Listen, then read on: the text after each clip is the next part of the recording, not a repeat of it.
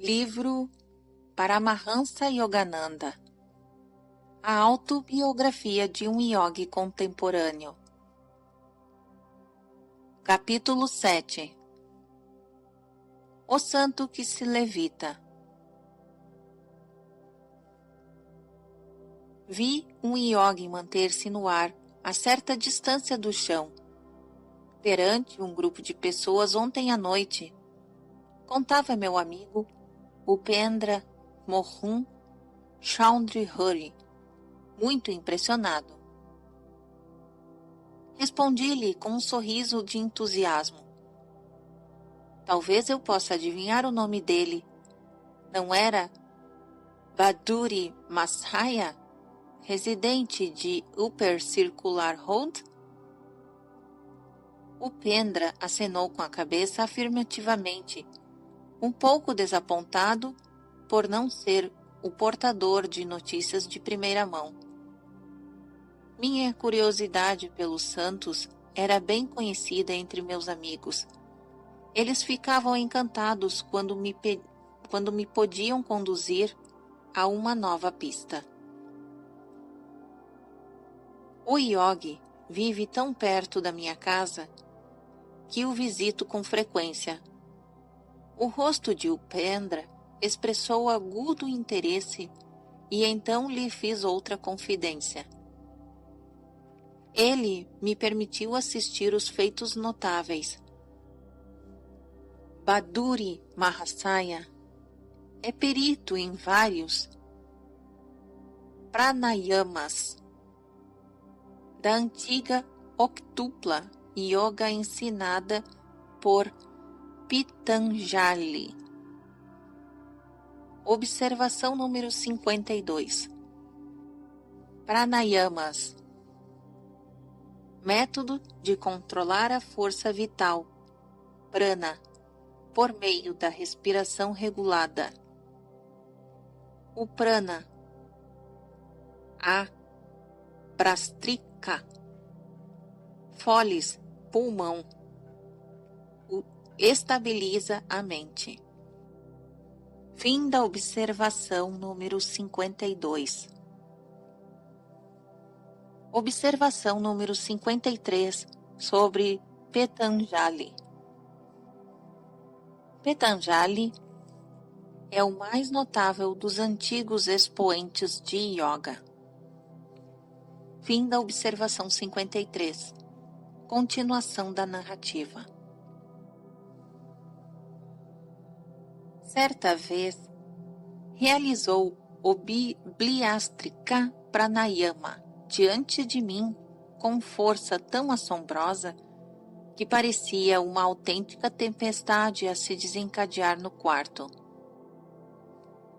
A seguir, extinguiu aquela respiração que mais parecia uma série de trovões e permaneceu imóvel em elevado estado de superconsciência. Observação número 54. O professor Julius Boyce, da Sorbonne, afirmou em 1928 que psicólogos franceses haviam investigado a respeito da superconsciência, a qual, em sua dignidade, é exatamente o oposto da subconsciência, tal como esta foi concebida por Freud. Compreende as faculdades que fazem do homem um verdadeiro homem e não apenas um superanimal. O sábio francês explicou que o despertar da consciência superior não deve ser confundida com a prática do sistema de Coué, nem com o hipnotismo. A existência da mente superconsciente foi há muito tempo reconhecida pela filosofia, sendo na realidade a superalma mencionada por Emerson. Mas só recentemente a ciência a reconheceu. Veremos isso no capítulo 12. Em A Superalma, Emerson escreveu: o homem é a fachada de um templo onde habitam toda a sabedoria e todo o bem. O que chamamos vulgarmente de homem, o que come e bebe, planta e calcula, não representa, tal como o conhecemos, o verdadeiro ser humano. Ao contrário, deturpa-se. Não respeitamos este homem, pois não passa de um órgão da alma. Mas se ele permitisse à sua alma manifestar-se em suas ações, elas nos faria dobrar de joelhos. Permanecemos abertos de um lado para as profundezas da natureza espiritual, para todos os atributos de Deus. Fim da observação número 54. Continuação da narrativa. A aura de paz, depois da tormenta, foi tão vívida que jamais a esqueci. Ouvi dizer que o santo nunca sai de casa. O tom de voz de Upendra exprimia certa incredulidade. Realmente é verdade. Durante os últimos 20 anos, ele sempre viveu encerrado em casa.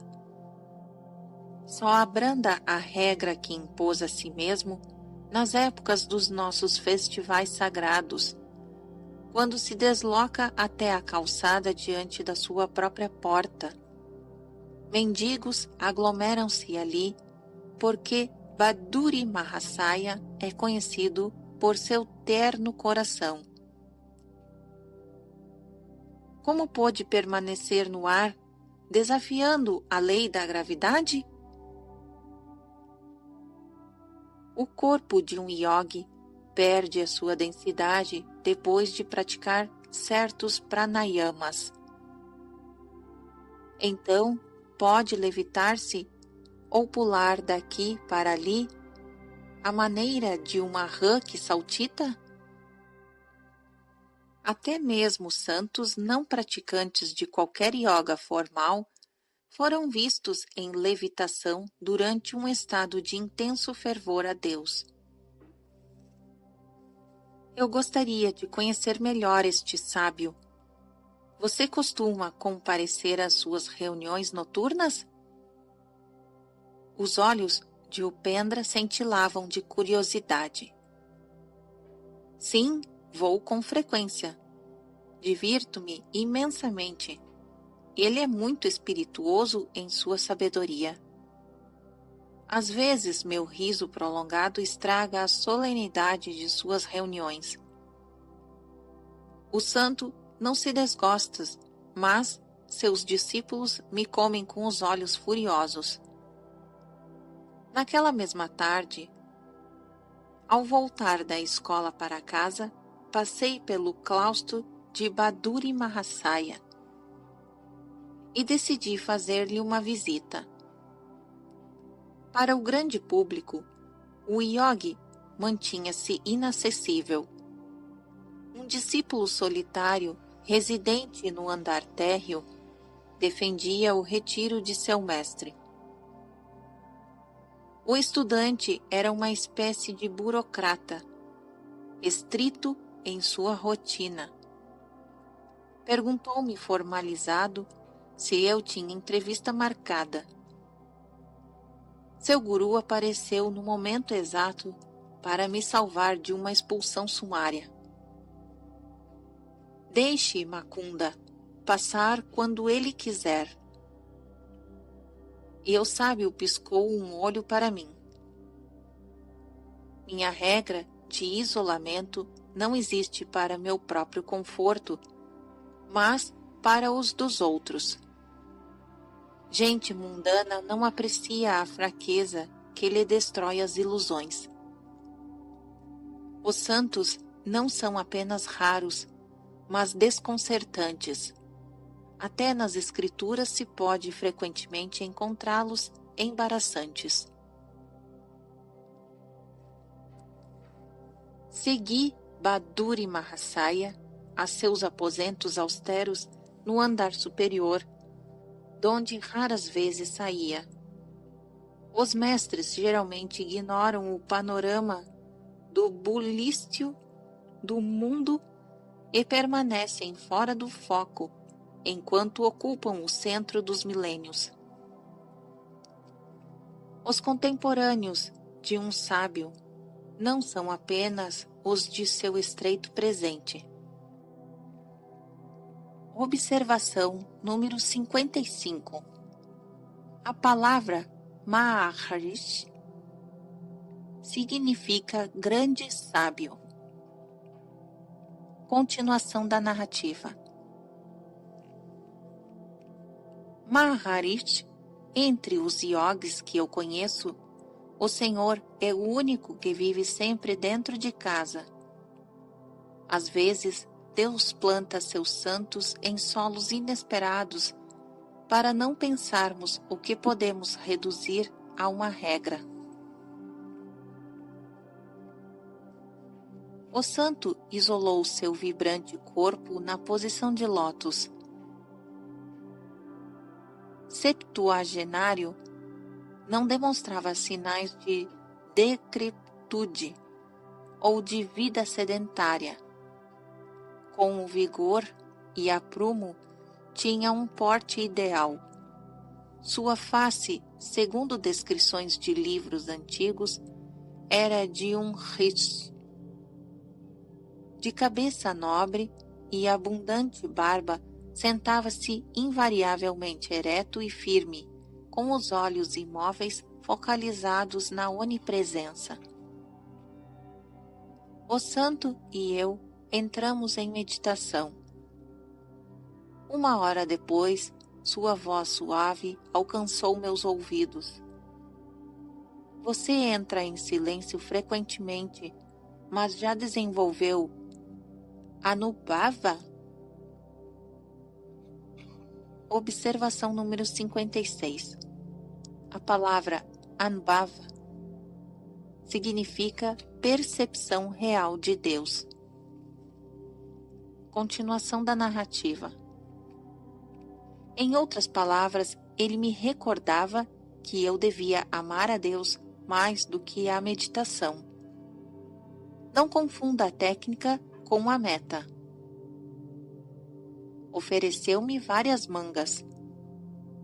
Com a inteligência espirituosa que eu achava encantadora em sua natureza grave, ele comentou: geralmente as pessoas apreciam mais Jala Yoga, união com o alimento, do que Dhyana Yoga, união com Deus. Seu trocadilho afetou-me sonoramente. Que gargalhada você tem! Uma cintilação afetuosa apareceu em seus olhos. Trazia o rosto sempre sério, mas nele se distinguia a marca sutil de um exático sorriso. Seus grandes olhos de lótus escondiam um riso divino. Aquelas cartas vêm da longínqua América. O sábio indicou diversos envelopes volumosos sobre a mesa. Mantenho correspondência com algumas sociedades cujos membros se interessam por yoga. Estão descobrindo a Índia outra vez, com um senso de orientação mais apurado que o de Colombo. Sinto-me feliz em ajudá-los. O conhecimento da yoga, como a luz do dia, é livre para todos os que desejam receber. O que os rishis perceberam como essencial à salvação humana não precisa ser diluído para o uso do Ocidente. Semelhantes em alma, embora diferentes em experiência externa, nem o Ocidente nem o Oriente florescerão se alguma forma disciplinar de yoga não for praticada. O santo demorou em mim seus olhos serenos e não percebi que seu discurso era uma velada profecia. Somente agora, ao escrever estas palavras, compreendo o pleno significado das instruções causais, muitas vezes feitas por ele, de que no futuro eu levaria à América os ensinamentos da Índia. Maharishi, por que não escreve um livro sobre yoga para benefício do mundo? Estou treinando discípulos. Eles e seu séquito de estudantes servirão como volumes vivos, provas concretas contra a natural desintegração do tempo e as artificiais interpretações dos críticos. Permaneci sozinho com o Yogi, até seus discípulos chegarem à noite. Baduri Mahasaya começou um de seus inimitáveis discursos. Como inundação pacífica, ele impeliu para longe os detritos mentais de seus ouvintes, levando-os a flutuar em direção a Deus. Suas parábolas admiráveis eram expressas em fluente bengali. Nessa noite, Baduri explanou várias questões filosóficas relacionadas com a vida de Mirabai, princesa medieval de Rajput, que abandonou a corte para buscar companhia dos santos. Um grande sannyasi, Sanatana Goswami, recusou-se a recebê-la por ser mulher. A resposta dela trouxe-o humildemente a seus pés. Diga ao mestre, respondera ela, que eu ignorava existir outro ser masculino no universo, além de Deus. Perante ele, não somos todos seres femininos? Uma concepção encontrada nas Escrituras, o que tem como único princípio criador positivo, cuja criação nada mais é que Maya, passiva. Mirabai compôs muitas canções de êxtase, que são ainda hoje um dos tesouros da Índia. Aqui traduzo uma delas. Se pelo banho diário Deus pudesse ser conhecido, eu depressa me tornaria uma baleia no oceano profundo. Se comendo raízes e frutos ele pudesse ser apreendido, alegremente eu escolheria a forma de uma cabra. Se eu desfiar de rosários o descobrisse, em gigantescas contas diria minhas preces. Se curvar-me ante imagens de pedra o revelasse, humildemente adoraria uma montanha de sílica. Se bebendo leite o Senhor pudesse ser ingerido, muitos bezerros e crianças o conheceriam. Se abandonando a esposa alguém pudesse intimar a Deus a visitá-lo, não haveria milhares de eunucos?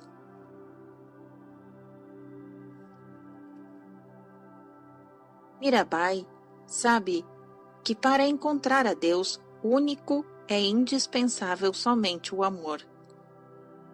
Diversos estudantes colocaram rúpias nos chinelos de Baduri, postos de lado quando ele sentou na posição yogi.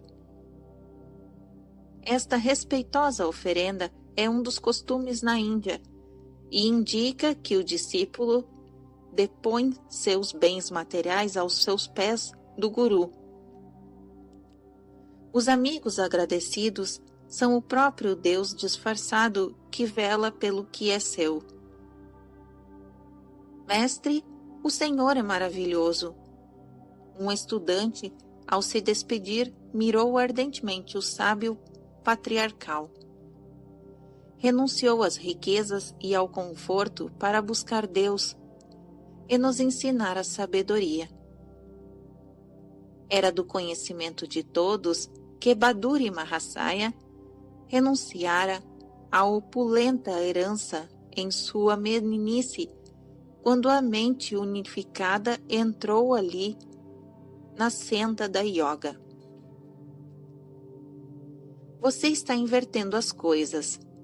A fase do santo expressava meiga repreensão. Deixei algumas rúpias desprezíveis, alguns prazeres mesquinhos, por um império cósmico e inestimável beatitude. Como dizem, então, que neguei tudo a mim mesmo? Conheço a alegria de partilhar o tesouro. Chamam a isto sacrifício? As multidões míopes do mundo são as verdadeiras renunciantes. Renegaram a posse de um bem divino sem paralelo por um mísero punhado de brinquedos terrenos. Rime disfarçadamente deste paradoxo sobre a renúncia que reveste com o manto de creso qualquer santo mendicante, enquanto transforma todos os milionários orgulhosos em mártires inconscientes. A ordem divina toma providência sobre o nosso futuro mais sabiamente que qualquer companhia de seguros. As palavras concludentes do Mestre eram o credo comprovado de sua fé. O mundo está cheio de crentes preocupados com a segurança externa. Seus pensamentos amargos são como cicatrizes em suas testas. Mas quem nos deu ar e leite desde o primeiro sopro de vida, sabe como prover seus devotos dia após dia. Continuei minhas peregrinações à casa do santo, depois das aulas. Com silencioso fervor, ele me ajudou a alcançar Anubhava. Um dia mudou-se para Ram Mohan Roy Road, a grande distância de minha casa. Seus amorosos discípulos lhe haviam construído um novo eremitério conhecido como Negendra Met.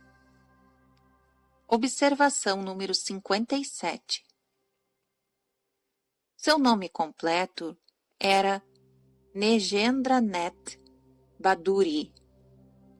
Um met é, rigorosamente falando, um mosteiro, mas o termo costuma ser aplicado a um ashram ou eremitério. Entre os santos que se levitam no mundo cristão, conta-se São José do Cupertino do século XVII. Seus feitos foram amplamente atestados por testemunhas oculares. São José exibia um alheamento do mundo que era realmente o recolhimento em Deus. Os monges, seus irmãos, não lhe permitiam servir à mesa do refeitório, com receio de que ele subisse ao teto com a louça. O santo, é verdade, estava singularmente desqualificado para as tarefas terrenas, por sua inabilidade em permanecer durante longo tempo na terra. Muitas vezes, a vista de uma estátua sagrada era suficiente para elevar São José em voo vertical. Viam-se os dois santos, um de pedra e o outro de carne, circulando juntos no ar. Santa Teresa de Ávila, habituada à grande elevação de alma, achava muito desconcertante a elevação do corpo. Arcando com pesadas responsabilidades administrativas, ela tentou inutilmente evitar suas experiências ascensionais. Mas as menores preocupações de nada servem, escreveu ela, quando o Senhor quer o contrário.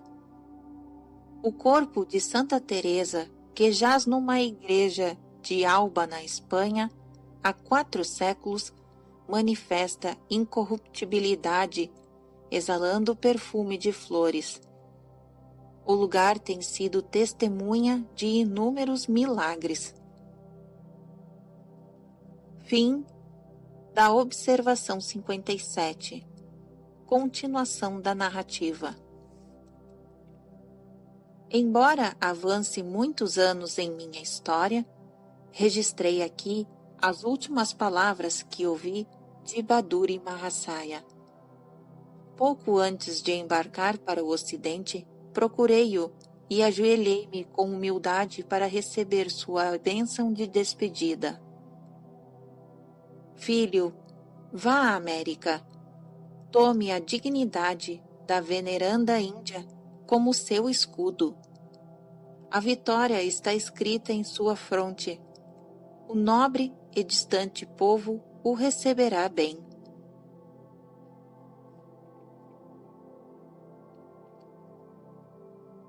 Fim do capítulo 7.